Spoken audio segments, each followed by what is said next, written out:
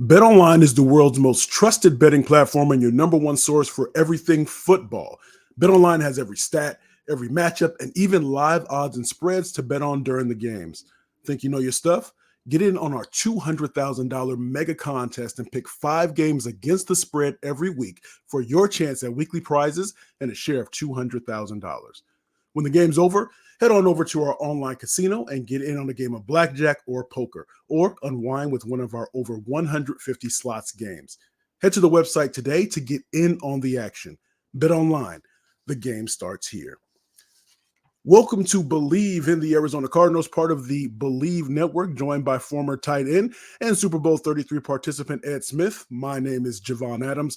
Be sure to subscribe, comment, rate, and follow this podcast and tell all of your Arizona Cardinals fans and friends to do the same. You can also watch us on Bleav TV around the country, in airports, and on YouTube. Read the top Bleav stories at si.com and follow us across all our Bleav socials. Bleav in the Arizona Cardinals. What is good, my brother Ed? Well, I just want to let everybody know, man, I'm a user of the product. I'm starting to get a little more savvy with my, throwing a couple nickels on some of these games with Bet Online, and it's actually fun. I'm actually learning how to watch and bet at the same time. The first couple times it was like you're sitting there banging your head against the wall because, this bet isn't going right, or you just got to realize this is all for entertainment purposes if you're doing it. So, Bet Online, you got me. Yes, indeed. Yes, indeed. And for those who have only been listening following for a while, that's a big accomplishment, because when we were doing our terrestrial radio show, and I remember starting to present these things to Ed once it became much more prevalent and legal, and especially in the state of Arizona. And Ed was really hesitant because he's been trained, or had been just convinced that, especially when he was playing, don't go betting, because the last thing you want to do is sacrifice your salary or your career because you tried to put $5 on a game on a minus or over under. Yeah. So the only thing is I just got to get a little better at it. I don't like donating to the cause, but I've won a couple times. I've lost a couple times, a little small, I'm learning the parlays and different things. So yeah, it's fun, man.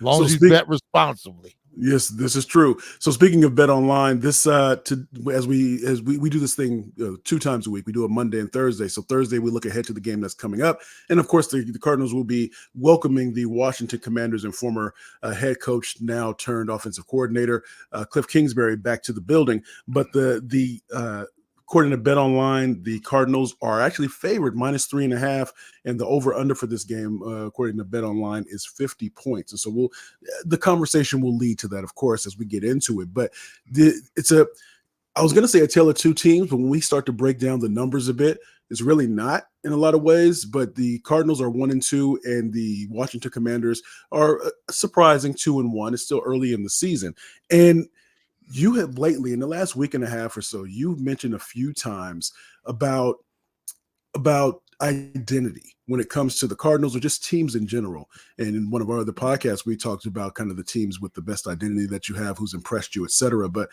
is this game for the Arizona Cardinals, do you think that after this game we'll have a better idea of what the identity is for this Arizona Cardinals team, whether offense, defense, just collectively? Do you think we'll have a better idea of what their identity is? Well, offensively for the Cardinals, because the Washington Commanders aren't coming in here with what I would call a stout defense. We did the podcast with the Ref the District guys yesterday, and they talked about their defenses pretty much just letting everybody have their way. If we take advantage of that defense, this should be a show me game for us, meaning, we should be able to run the ball. We should be able to maybe play action a little bit and throw the ball down the field. It seems like everybody else has done it against the Washington Commanders. Why not us? Right. Now, what happens typically is we get into a game and we run the ball a couple times. Well, that didn't work, so let's just, abandon that. And I thought I found something. I mentioned it in the game yesterday, in the show yesterday. I did not realize the Cardinals got into the fourth quarter of a game against Detroit last week, and it was a 20-10 game. So it wasn't like it was we did not run the ball in the entire fourth quarter.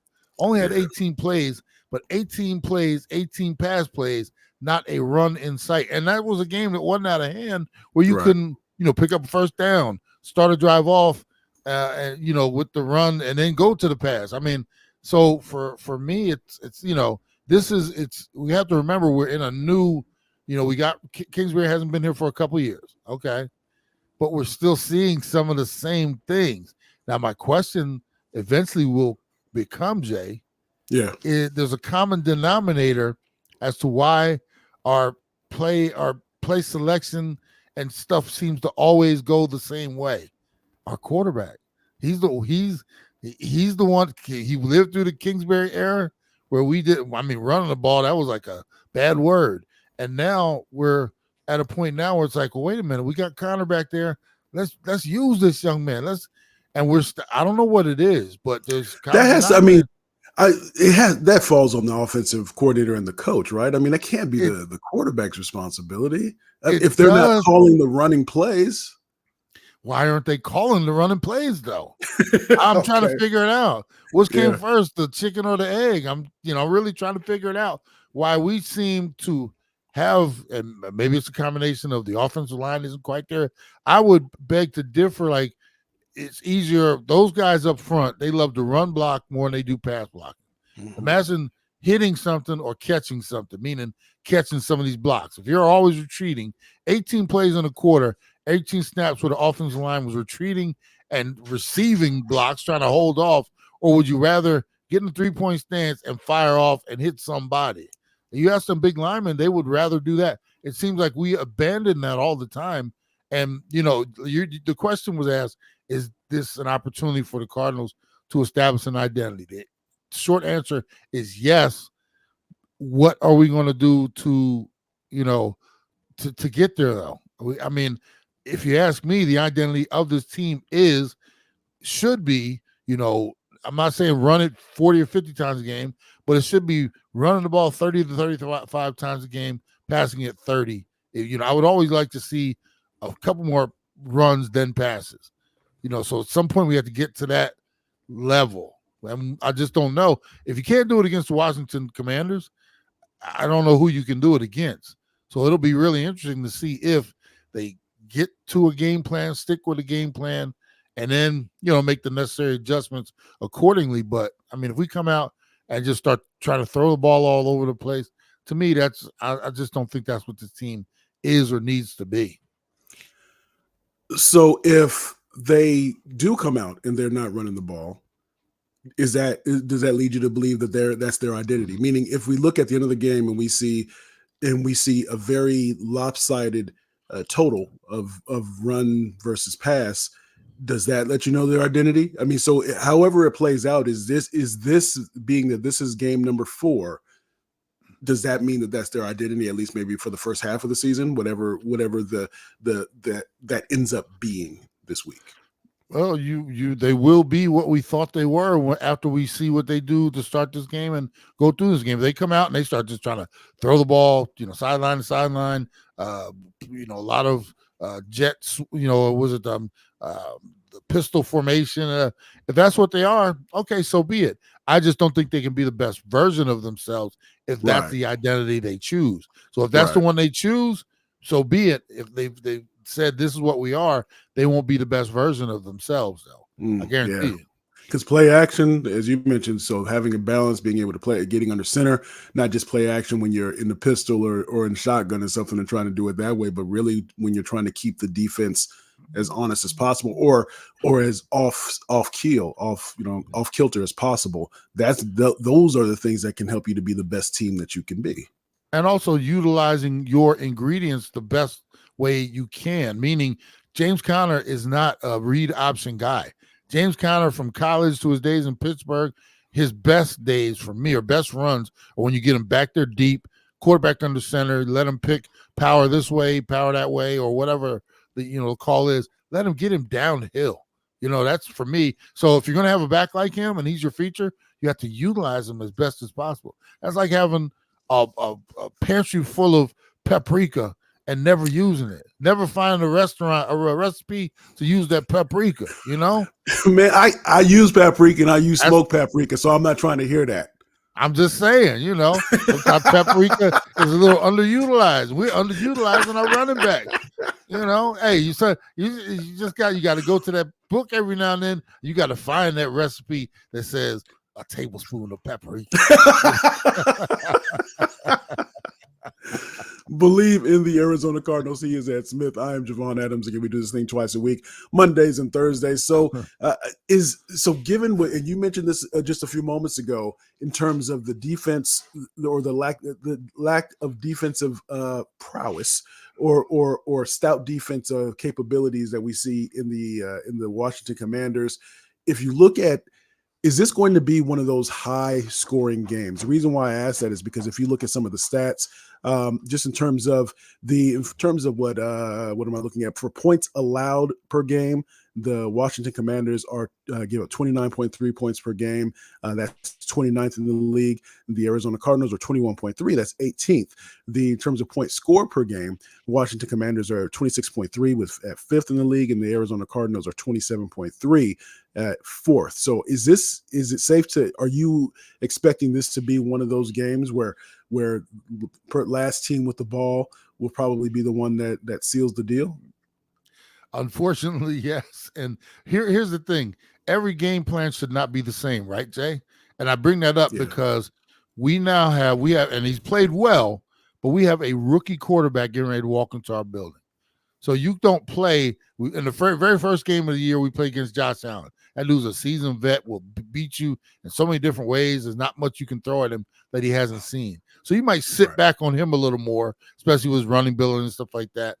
Now, you've gone through the progression to Stafford, another experienced veteran, to Goff, another experienced veteran. So maybe you sat back a little more because, there's only so many ways you can blitz these guys. And because we're not stout on the backside of our defense with our, secondary, you don't want to expose them by throwing a bunch of blitzes and things, knowing you're going to have their booties hanging out there in the wind. And that's when you get the big plays. So you try to keep everything in front of you. All bets are off when you bring a rookie quarterback in here. And this is going to show me something defensively. If we sit back on Jayden Daniels and just let him get comfortable back there, then every now and then he decides because he's running. He's going to be running. And we let him get out on the perimeter and we don't respect his, running game. And we want to give him time also in the pocket. And this is a rookie coming in here. This is going to show me that we're not playing adapting game to game. This is a game where the theme of the defense should be ready or not, here we come. Because we from all angles, all playing the Fugees when they walk in the building. Man, all type of disguises. We haven't been able to get at you with our front four, but I guarantee you we're gonna get 5 and 6 after you. And that should be the theme of this game. You can't treat this one like you did against Josh and Stafford. If they don't come out here and show pressure and they just allow, Jayden to sit back there, to me, it's going to be even if we win the game, it's going to be a loss. Because if this is a shootout, this should be a shootout that he won by seeing stuff that he had never seen before, and he was able to overcome it. Not us sitting back and allowing him to just pick us off and, down the field and, then incorporate his run game and stuff like that. We should be ready to throw everything we got at this young man because he hasn't seen enough to be able to identify. He should be walking away from this game like Sam Arnold did a few. I see dead people.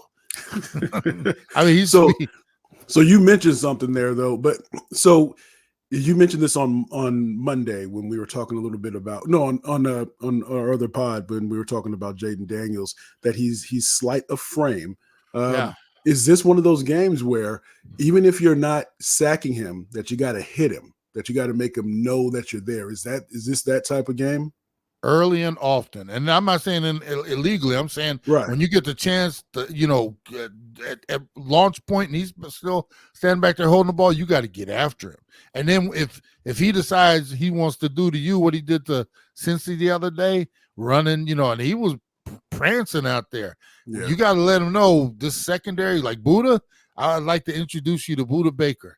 I mean, and my friends, they should be looking for to send him a message early in this game. There's no picnic out here. You're not going to be running around on us. And everything has to be done legally, but they should be ready to bring the wood to let him, to maybe shock his system where he doesn't feel so comfortable out there. Because he's already said, I've heard, he's not a slider. He doesn't like to slide. He does it awkwardly when he does it. He's still trying to figure that portion out. Well, if you're going to be standing up there in the secondary, you don't know how to or don't like to slide yet, let me come on over here. Let me show you something. So they should be ready to hit him early, often, send him a message, and where he is, now looking around when the pocket, he doesn't know where it's coming from. He knows it's coming. And maybe instead of looking down the field, because he's done a pretty good job to this point, keeping his head up, looking down the field, escaping the pocket, maybe not making 3, 4, and 5 read, but doing 1, 2, time to get out of here. He's done a pretty good job. I've watched his games, and, he's protected himself to a certain degree to this point, and he's, gotten the ball out of his hand, thrown some touchdown passes finally the other night. I mean, this is going to be a task for the Cardinals. But like I said, we shouldn't be sitting back waiting for him to have the answers. We should be throwing them things at him early and like I said, bringing the wood whenever we can. And it should be noted that, yes, while he's having completion wise, and maybe the fact that he's not falling on his face, so to speak, in this rookie campaign to this point, is that it's the completion numbers, the high completion percentage, but he's not necessarily a world beater when it comes to touchdown passes. But so that should be noted. But along those lines, can the Cardinals defense impress again? So it almost seems like I'm contradicting myself saying, is this going to be a high scoring game? But the reason why I ask is because you mentioned this, or we've talked about it, especially at the recap of the game against the Lions. The Cardinals didn't give up any points in the second half. There were, again, some drives that maybe should have been stalled out a little sooner instead of letting the clock run down. But the defense did still step up and impress in that way, in terms of at least giving the team an opportunity if they had been able to convert some things offensively. Can the defense impress again? Do you have confidence that they'll be able to? I'm grading on a curve here because some of that productivity that we're talking about against the Lions last week, that was almost, they got comfortable with their 20 points and they were like, hey, as long as we don't make a mistake, we're good. We can get out of here with a dub. They didn't, they just shut it down to the point they were like, okay, we'll just volley with them now. We'll play field position. We'll run 6 minutes off the clock, kick it back to them because they're not doing anything with the ball. And then we'll get the ball back and we'll run another 6 minutes. They weren't pressing to the point where they wanted to make any mistakes. Now, do we get credit for that? Because we also didn't allow them to put a whole bunch of points on the board. But if they weren't trying to put points on the board, who really won? They win because they got the W, that type of thing. So with this Washington offense, as far as trying to shut them down, it's going to be an entirely different animal. We saw what they did, and it's recency bias because we just saw what they did against Cincinnati, a team that a lot of people picked to go to the Super Bowl. This year they're 0-3, obviously not playing well, but they went into Cincinnati and put an offensive lesson on the board and walked out there with a dub. And so that same team, their confidence coming in here shouldn't be, it's like you don't go from, you're not going from, to the midway monsters to, we're playing the 85 Bears coming in here. This defense, they're probably looking at it like, hey, we can exploit this and we can win this game. I guarantee you they didn't go into Cincy thinking they weren't going to win that one. They pulled it off. They're not coming in here thinking this is going to be too tall of an order to pull off as well. So, we got a real game on our hands. Initially, when the season first started, we go down the schedule and I'm like, there's a win right here. This is the one out of the first 4. I was so confident, like, this is a win. Washington, rookie quarterback. After seeing what they did last week, I'm like, it's going to be a little closer than we thought. And the defense might have to step up either early or late in the game, but this could be one of those, as you mentioned earlier, the last man to have the ball, chance to go down scoring and get that W. And, We just hope we got it in our hands and we're not trying to hold them off because we might not be able to do that down the stretch. I do wonder if Cliff Kingsbury, if he has truly grown and evolved, or if there's still some of that Cliff Kings, those tendencies, meaning the lack of adjustments, let's say at halftime, right? That's one of the things that was the knock when he was here before. That you just knew what to expect from his offense, and not expect in a good way. It was whether it's working or not. That's what they're going to do, and so that being able to adjust. And I wonder if, I'm saying that I'm kind of workshopping this with you because there's nobody here on this staff, on the Arizona Cardinals staff, that was in terms of on the coaching ranks that was here and knows his tendencies. But all you have to do is look at film, and you might be able to see what he does, and maybe being able to be able to counteract what you think will happen. Cliff Kingsbury almost seems like he's going to be the wild card in this. Is he going to what will he do? I guess is the best question to ask. Here's the biggest advantage that Kingsbury has coming in here, Jay. He's not the head man. All he's doing is the offense now. So remember, he, as a head coach, you're running the offense, but you're also CEO of everything else as well. So he had the special teams issue. We were thinking about running this fake punt. What do you think, Cliff? We're down, we need to call timeout now. Cliff, he doesn't have to worry about all that now. All he is worried about is his offense. He's been stripped of all other duties, and maybe he is best as a coordinator, right? So now all that other stuff is off his shoulders. All he has to do is run this offense. So that's where the advantage is for Cliff. This isn't his show. He's coming under Dan Quinn. Dan's going to take all the bullets if they come in here and lay an egg. Obviously there'll be questions about his offense if they don't come and perform. But for me, Cliff's got nothing to, he'll come back and want to prove wrong that, he his offense should have been given a little more respect. But this is not his team. He's got a whole lot less pressure coming in here if he was the head coach coming back running his offense against us. Man, I'm sure he's in the lab. He's doing some things.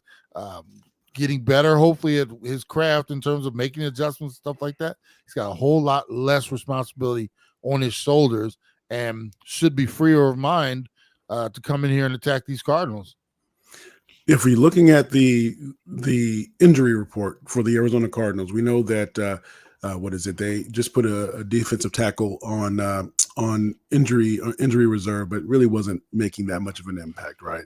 But questionable is Marvin Harrison Jr. Are you worried that he might not play, or is this just one of those? It's early ding or what, or something like that. And if he's limited in practice, they have to designate him. I didn't hear anything bad about his situation. He's not a veteran yet, but you want to protect your product. So if he had a tweaked ankle or anything like that, you just you designate him.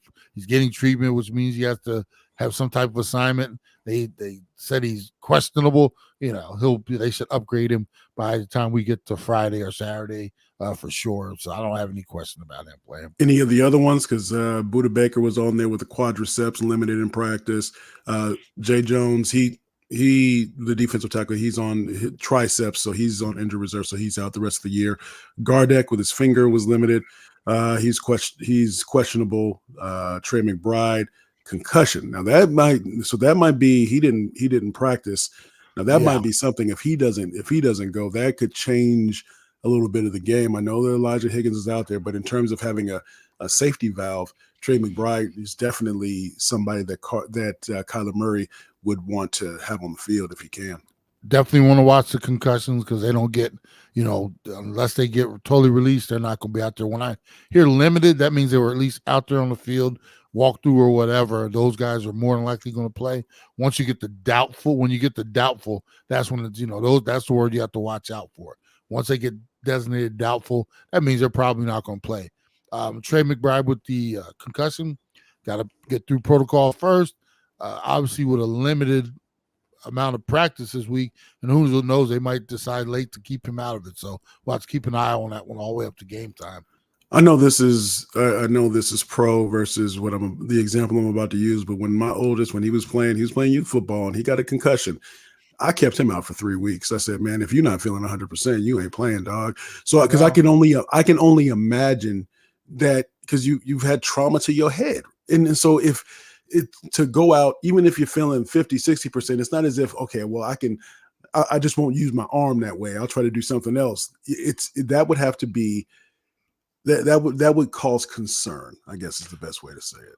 Yeah, I played through that era, man, when concussion was simply, oh, you seeing stars? How many fingers I got up? 1, 3, 2. How you feeling? Okay, get back out there. So, I mean, I went through that era. So now the fact that they actually, and especially the kids, they don't. If a kid has a concussion, like you said, you need to sit them for multiple weeks. Period. At the professional level, depending on the grade of it, I would consider missing at least a week period if you had a concussion. But obviously, they have some testing. They get through the protocol, and then they make the judgment there. But yeah, those are dangerous because we find out more about those head injuries as we move forward. Indeed. So, Bleav in the Arizona Cardinals. He's Ed Smith. I'm Javon Adams. How can the Cardinals win this game before we get to our picks? How can the Cardinals win this game? Feel like a broken record, when I say they have to run the ball, but have to run it effectively and efficiently and get out of this read option stuff. I would get, Kyler under center more, Connor going downhill more. Then you get to your play action, and it has to be vertical passing, not horizontal passing. And so I see it consistently. I'm going to say the same thing. You got to throw the ball up the field and move that pocket for Kyler. A couple weeks ago, you were at the Rams game. You saw how effective he was when he got outside and he could see everything, and then he used that beautiful arm. If you stand back there in the pocket and they get after him or keep him contained and he's trying to look through the trees to see everything, of course he's going to want to throw out to the sidelines because that's where he can see. So, we got to run I keep saying the same thing. And then defensively, we have to get after Jayden. If you sit back there and just let this rookie get comfortable, I wouldn't let him get comfortable. I'd be blitzing him off the bus, bro. I'd have 2 dudes. They'd pull up to the stadium. I've had 2 dudes in uniform standing when he was getting off the bus, or in the hallway leading to his locker room. I mean, I'd get after him early, get after him often, stop the running game, turn him into a one-dimensional team, and then, like I said, then we should walk away with this victory. All right, so let's go ahead and get to the business of picking the outcome. I'll go first. I think the Cardinals, I think they're going to get this one. I think it'll probably be maybe 35-31-ish. So that would be over what the over-under is according to Bet Online. But I think it may be one of those things where it'll be frustrating defensively because we'll say, why couldn't we get enough pressure to at least rattle the rookie quarterback? But I think that the Cardinals will run the ball, and I think that they'll use enough play action to be able to put some points on the board. It might be a little bit different if Trey McBride doesn't play, but I'm assuming that he will play, and at least he'll be out there maybe even as a decoy in some ways, just to give a little bit more confidence to Kyler Murray out there. But that's what I got. I say 35-31, high-scoring game. The Cardinals walk away with the victory. I think the Cardinals have the ball last, and we come out with the victory. It'll be 33-30, somewhere in that area. Defenses will try as they might, but I think both of these quarterbacks have a good day in the end and a lot of points on the board. Hopefully, like I said, we have the ball last because it's going to swing one way or the other. And this is one of those games, if you ask me, Jay, this is you got to get this one. You can't let the Washington Commanders come into your building and walk out of here with a W and fall to 1-3. So, this is, you look back at the end of the season, this one will go back like they should have had this one. Because when you talk about the overall record, this is the one that swings it one way or the other. And so, 33-30, hopefully Cardinals pull out a victory in this one. Oh man, that's a lot of pressure on a team to say you got to get this one. That's a lot of pressure, man. You don't want to lose this one.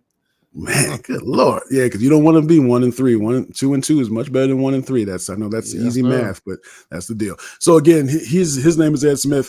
I'm Javon Adams. We do this thing twice a week, Mondays and Thursdays. Monday, we look back on the game that was, and Thursdays, we look ahead to the upcoming opponent. Make sure you tell a friend about what we have going on here at Bleav in the Arizona Cardinals. However you found us, please like, share, subscribe, all that good stuff. It definitely helps. And we are presented by Bet Online. And as we always like to say around this time, you can